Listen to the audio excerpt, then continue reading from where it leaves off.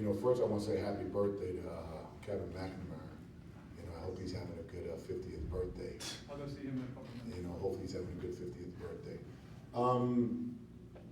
Not a rhythm game for us today. I think give a lot of credit to Maine. I thought they played really hard. They played without one of their better players. They spread us out a little bit, getting the ball going from side one to side two. I thought we got out to a good start, and then I thought the ball stopped moving. We stopped sharing the ball. I think that was one of our lower assist games on the season. To have 12 assists on 26 baskets, not the way we want to play. We want to share the ball a little bit more. I thought Jalen gave us energy the whole time. I think 29 threes is too much in a particular game like this. And we had wide open shots that just didn't go today.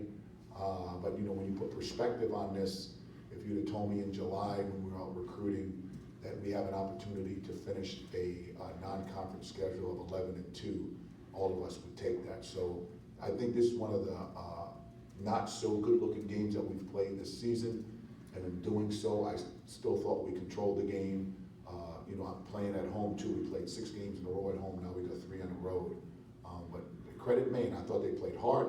I thought they shared the ball, challenged us across the board, and we were just really fortunate to move on when we didn't play our best. That's the real proving ground isn't a coach away from home. Now, right. Which is where you go.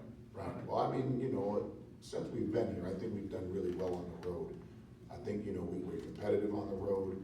I think going up to Boston College, it'll be a good challenge for us. I know they play tomorrow.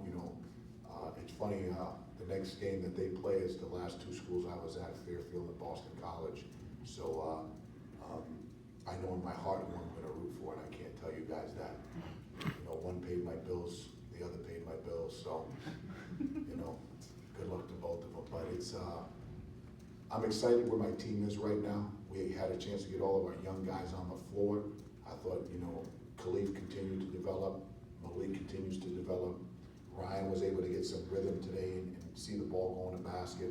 Rodney hasn't shot the ball well the last 2 games, but I'm not so concerned about that. He has enough confidence to continue to shoot the ball. Overall, we'll figure it out. Ed, do they guard you maybe a bit differently after that hot start? Do they kind of maybe push you more towards the perimeter than? I didn't feel that because I still thought we had really good looks at the basket. When you look at the 29 threes, I think maybe 4 of them were contested.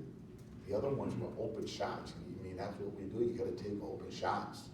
If they go in, then it's a different. You're singing a different tune. 8 for 29, and that's whoa. Stevie Wonder could shoot better than that. Second game in a row where you held the team under 40%. You think you could keep that up and control the tempo of games on the road as well as heading into Big East play? Again, I think we played decent on the road. I really do. I thought we played well at Ohio State. I thought we played well in the 2 neutral sites where we played down in Florida.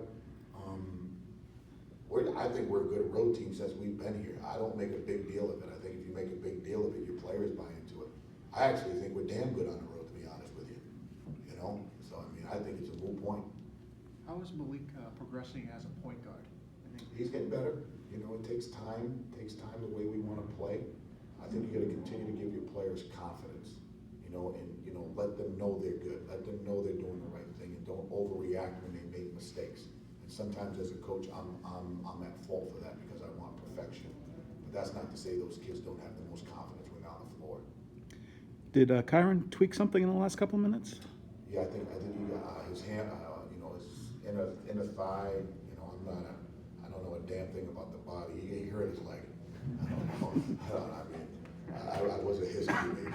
I don't know what the body does. Coach, anything that stuck out to you about this team that maybe you weren't expecting in September or August? Providence College, our team. Yes. Yes. How close they are, how they enjoy playing with each other. Everybody continues to talk about Ben and Chris, and truthfully, we forgot about them when they left. We miss them, we love them, but it's a different time.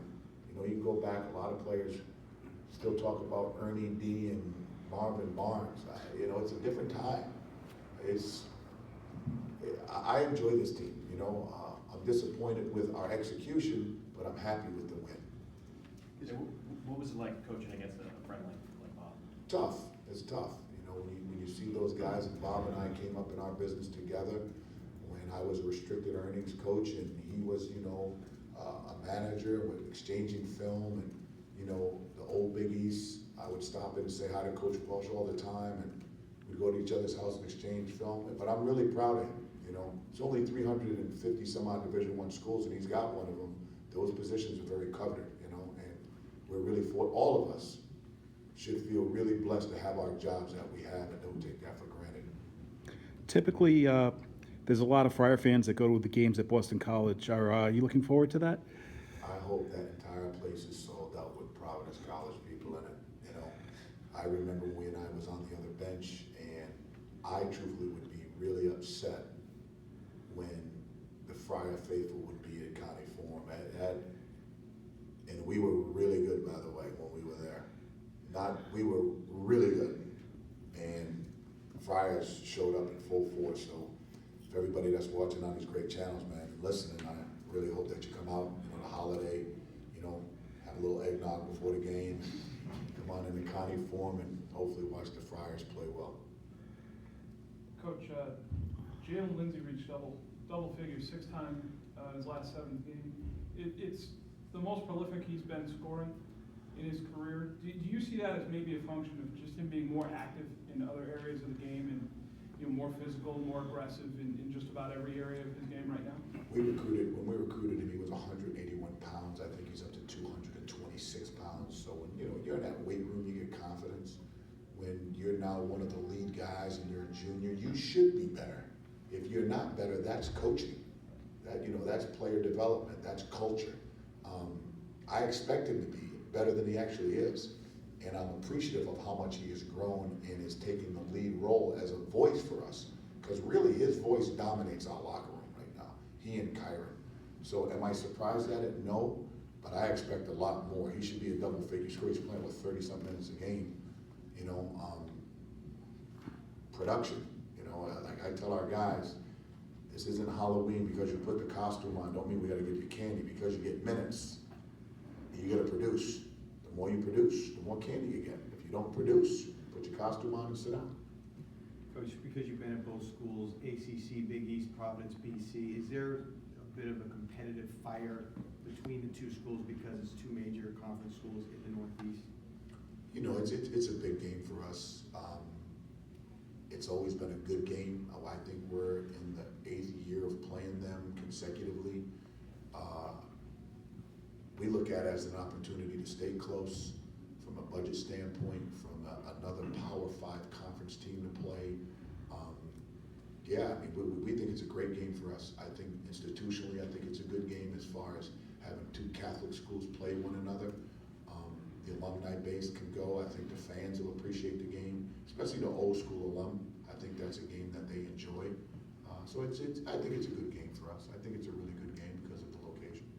Given that you opened the Big East with 2 games on the road, Ed, does this game come at a good time? Comes at a great time. You guys get another road taste on your belt before going to Xavier and Butler. Normally with the scheduling, we like to play Boston College before we play the University of Rhode Island because we make sure we play one at home and one on the road and alternate all the time.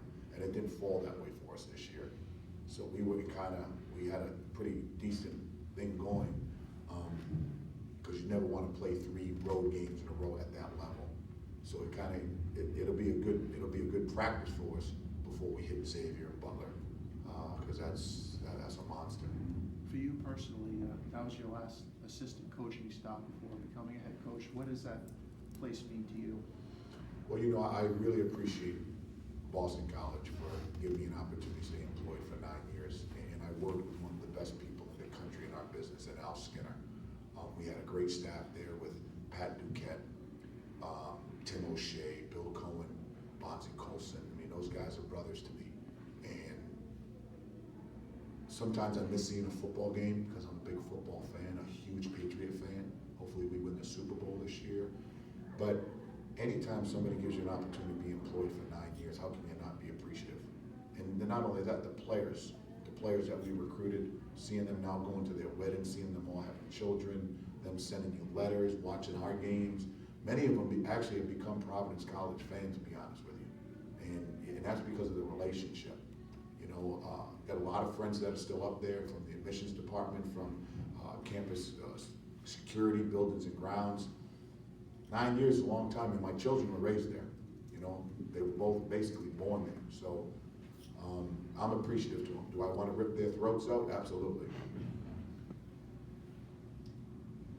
Merry Christmas.